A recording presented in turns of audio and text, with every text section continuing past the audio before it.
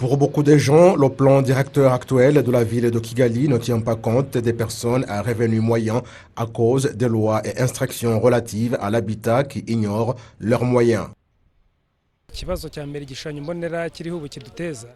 Le premier problème du plan directeur actuel est qu'il ne permet pas aux personnes à revenus moyens à se débarrasser de la location sans que cela soit nécessaire et qu'elles peuvent avoir assez de moyens leur permettant d'avoir une habitation et vivre tranquillement. Et puis, ça favorise le désordre parce qu'avec des revenus moyens, on construit n'importe comment pour trouver où loger la famille. Depuis juin 2018, la ville de Kigali a lancé la révision de son plan directeur sur base des opinions et desiderata d'environ 3000 citoyens questionnés au cours d'une recherche.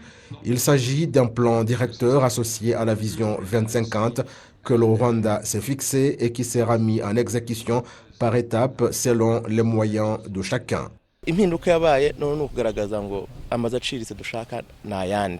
Le changement concerne l'appartenance des maisons à prix modéré et ne sont pas pour des riches seulement, mais nous avons prévu des sites pour des gens à revenus moyens pour que personne ne quitte la ville comme indiqué dans l'ancien plan directeur.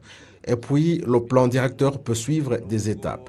L'ancien n'avait pas de flexibilité de telle manière que dans un site réservé aux immeubles de 10 niveaux, on peut commencer par construire 4 et les autres au fur et à mesure que les moyens sont disponibles, comme cela se fait ailleurs.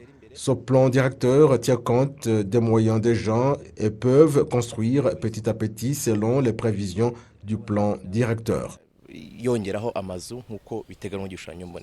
L'avant-projet du plan directeur de la ville de Kigali a été élaboré selon la planification qui prévoit que jusqu'en 2050, la population de cette ville sera d'environ 4 millions et que 70% des personnes se déplaceront par transport en commun et que 6% de sa superficie sera réservée aux loisirs. L'expert dans l'habitat Runouya Jean affirme que l'avant-projet du plan directeur de la ville de Kigali tient compte des moyens des Rwandais, leur quotidien et leur culture.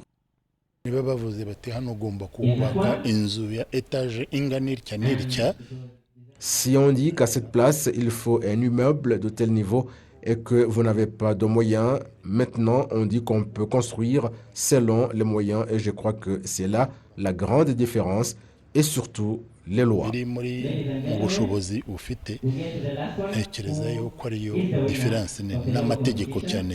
L'avant-projet du plan directeur de la ville de Kigali révisé est publié 10 mois après que des travaux de révision soient effectués par le gouvernement rwandais avec la collaboration de la société Surbana Jurong Group de Singapour.